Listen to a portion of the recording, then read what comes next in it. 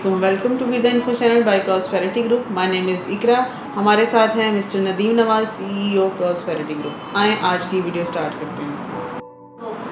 अस्सलाम वालेकुम सर, कैसे हैं आप? हम गुड जी, आप कैसी हैं जी? अल्हम्दुलिल्लाह मैं ठीक। सर हमारे आज के टॉपिक के बारे में बताएं। जी, आज का टॉपिक बड़ा इंटरेस्टिंग टॉपिक है। जैसे कि आपने थंबनेल पर सब देख चुके होंगे, it's about the new launched 3 types of visas of New Zealand.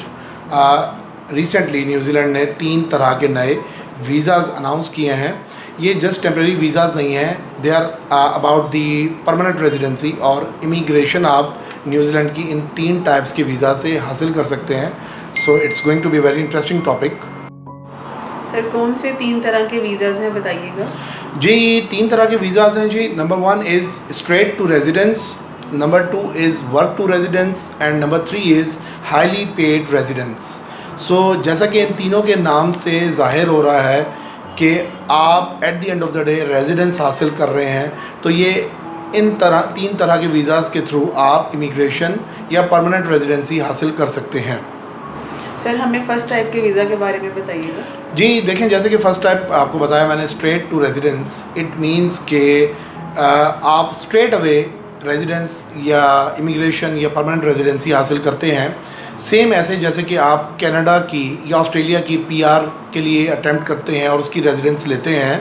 आप कनाडा या ऑस्ट्रेलिया की जो इमिग्रेशन की या रेजिडेंसी की रिक्वायरमेंट्स हैं, आप उन्हें मीट करते हैं, फुलफ़िल करते हैं और स्ट्रेट अवे कनाडा आपको इमिग्रेशन देती है। तो the first day you land in Australia और Canada, you are the resident of that country.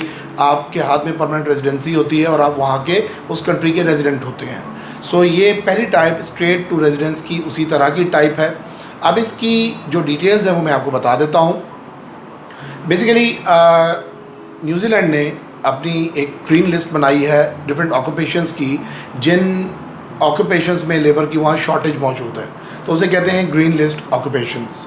अगर आप स्किल्ड पर्सन हैं और आपकी जो जॉब नेचर है वो उस लिस्ट में से किसी एक जॉब के साथ मैच कर रही है, then you can apply for this kind of visa, जिसमें आप स्ट्रेट टू रेजिडेंस यानी स्ट्रेट इमिग्रेशन लेकर आप न्यूजीलैंड जा सकते हैं।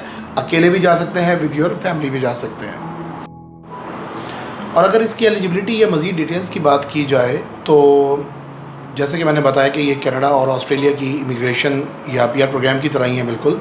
तो जैसे कनाडा की इमिग्रेशन स्कोर बेस्ड होती है, पॉइंट्स बेस्ड होती है, तो इसी तरह इसमें भी आपके पॉइंट्स मैटर कर रहे होते हैं, जो यूजुअली आपकी एज, एजुकेशन और आपके जॉब एक्सपीरियंसेस के ऊपर बेस्ड होते हैं। बाकी एलिजिबिलिटीज़ की अगर बात की जाए तो इसमें आप जो एप्लीकेंट है उसकी एज 55 ईयर्स या बिलो होनी चाहिए।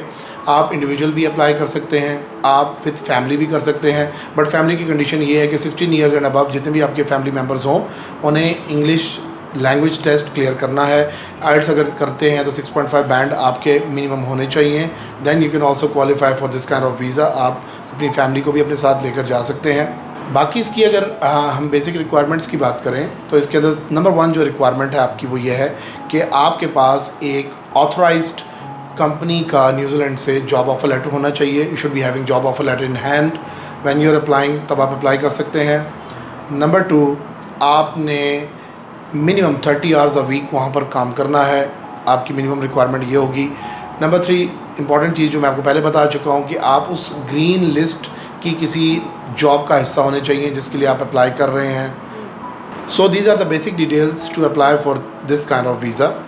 बाकी इसमें टाइप्स ऑफ जॉब्स कौन सी हैं अगर आप ये जानना चाह रही हैं तो इसके अंदर मेडिकल से related doctors, surgeons, different medical specialists, इसके अलावा IT इंजीनियर्स, अदर इंजीनियर्स, जितनी भी इंजीनियरिंग टाइप्स हैं उन तमाम की बहुत शॉर्टेज है इस वक्त वहाँ पर। उसके अलावा IT से रेलिवेंट डिफरेंट जो फील्ड्स हैं आपके, उसके जो एक्सपर्ट्स हैं वो।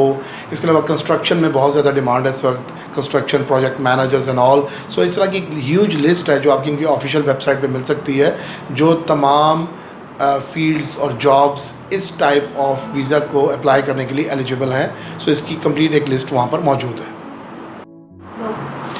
और लास्ट में सबसे इम्पॉर्टेंट चीज़ ये कि आप इसके लिए अप्लाई कब कर सकते हैं। 5 सितंबर 2022 ऑनवर्ड्स आप अप्लाई करना चाहें तो इस कैटेगरी के लिए अप्लाई कर सकते हैं।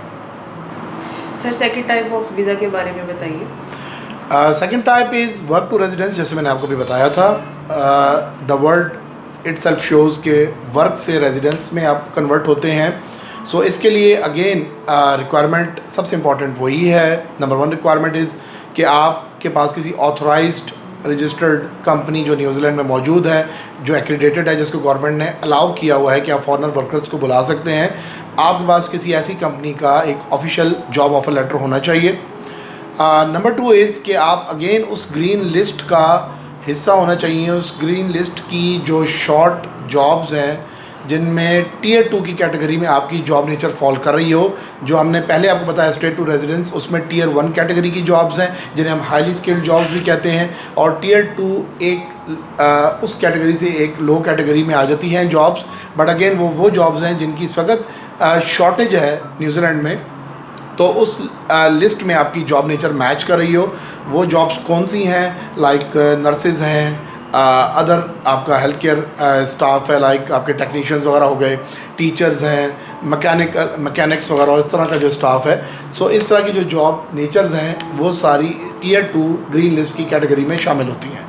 सो आप बेसिकली इसमें क्या करेंगे कि आपके पास जॉब ऑफ़र मौजूद है, आपने न्यूजीलैंड जाना है, 2 साल आपने वो जॉब कंटिन्यू करनी है. 24 मंथ्स जब आपके गुजर चुके होंगे उस जॉब में, उस एम्प्लॉयर के साथ, then you are eligible to apply for your residence, for your permanent residency, या जिसे हम इमिग्रेशन कहते हैं, आप उसके लिए अप्लाई कर सकते हैं. अब अगेन इसमें सवाल ये है कि आप इसके लिए एलिजिबल कब हैं. तो ऑफ कोर्स आप अभी आजकल में तो हो नहीं सकते, 2 साल गुजारने के बाद होंगे. तो इसकी जो डेट सेट है वो है 29 सितंबर 2023. ऑफ कोर्स अगर आप आज भी अप्लाई करें तो आप इसके बाद ही एलिजिबल होंगे और आप अपनी डॉक्यूमेंटेशन वहाँ कराने के लिए आप अपना प्रोसेस स्टार्ट करेंगे. सो ये डिटेल्स हैं सेकेंड टाइप के बारे में. थर्ड टाइप ऑफ वीज़ा कौन सा है? जी, third type highly paid to residence. Again इसके नाम से ही जाहिर है कि हाईली पेड जो लोग हैं, हाईली पेड जो एम्प्लॉयज़ हैं, वो मूव करते हैं टुवर्ड्स दी रेजिडेंस और टुवर्ड्स दी इमिग्रेशन. और इसकी जो अगेन बेसिक रिक्वायरमेंट जो तमाम तीनों टाइप्स में कॉमन है वो अगेन वही है कि आपके पास एक वैलिड जॉब ऑफ़र लेटर होना चाहिए उस ऑर्गेनाइजेशन से, उस एम्प्लॉयर से जो गवर्नमेंट रजिस्टर्ड है, एक्रीडेटेड है, जो ऑथराइज्ड है फ़ॉरेन एम्प्लॉय बुलाने के लिए. तो आपके पास किसी ऐसी कंपनी का एक ऑफ़र लेटर होना चाहिए. भले ही आपकी जो जॉब नेचर जिसके लिए आप अप्लाई कर रहे हैं वो उस ग्रीन लिस्ट का हिस्सा नहीं है, इस कैटेगरी में ये ऑप्शन मौजूद है.